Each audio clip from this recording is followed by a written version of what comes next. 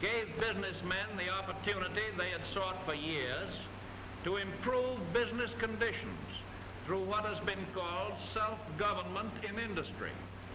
If the codes that have been written have been too complicated, if they have gone too far in such matters as price fixing and limitation of production, let it be remembered that so far as possible, consistent with the immediate public interest of this past year and the vital necessity of improving labor conditions, the representatives of trade and of industry were permitted to write their own ideas into the codes. In our efforts for recovery, we have avoided on the one hand the theory that business should and must be taken over into an all-embracing government.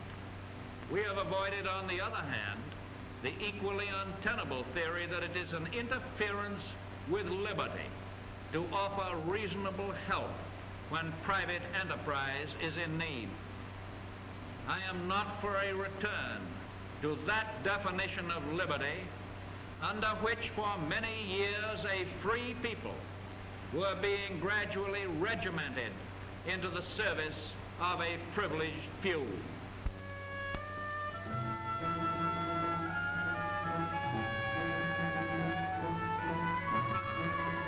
Let's drop in on far Kashmir. To the north of us here at Srinagar are the eternal ice fields of the high Himalayas, to the south the blistering plains of India, Kashmir in between. Along canals that lead to the gardens of Shalimar, I found a lotus land where everything is temperate, but life and love.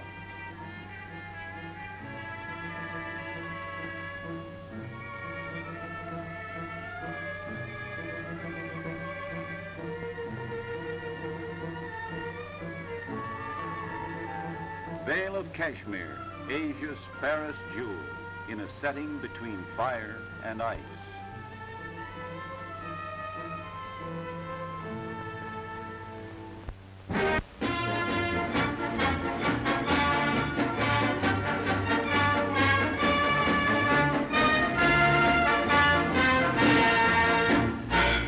After a 3-day flight from California, Colonel Lindbergh arrives at the Bronx County Courthouse, New York.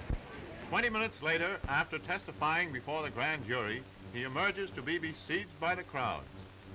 The Lone Eagle told the jurors of his part in the negotiations that led to the payment of the $50,000 ransom. Hauptmann's speedy indictment on a charge of extortion followed, as announced by District Attorney Foley. Colonel Lindbergh appeared before the grand jury of Bronx County today, and they have completed a 3-day deliberation, after which they have returned an indictment charging the defendant Hauptmann with extortion committed in this county. The indictment, containing charges which carry a 20-year sentence. Albert S. Osborne, handwriting expert, gives damaging evidence.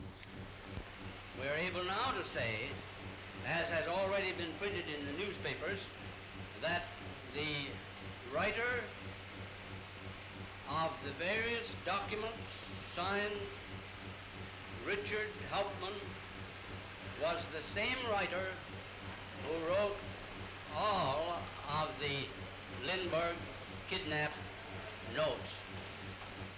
As the net slowly tightens round her husband, Mrs. Hauptmann turns to her baby son.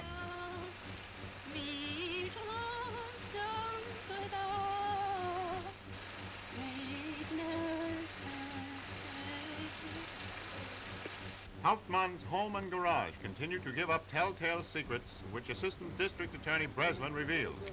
This board, which the officers are now holding, was found this morning securely attached to the inner portion of the garage at the Hauptmann home.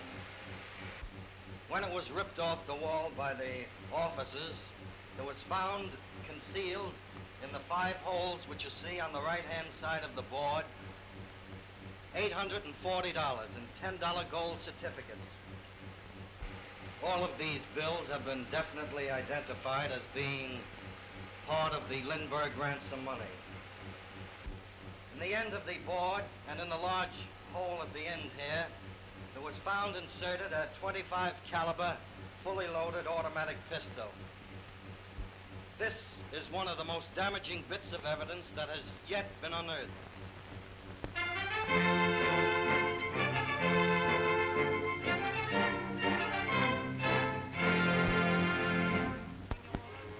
Champagne, where grows the vintage that sparkles in the glass. 20 years ago, the hill of Epernay knew grievous days, but now each grape flows sweet from the hearts of men.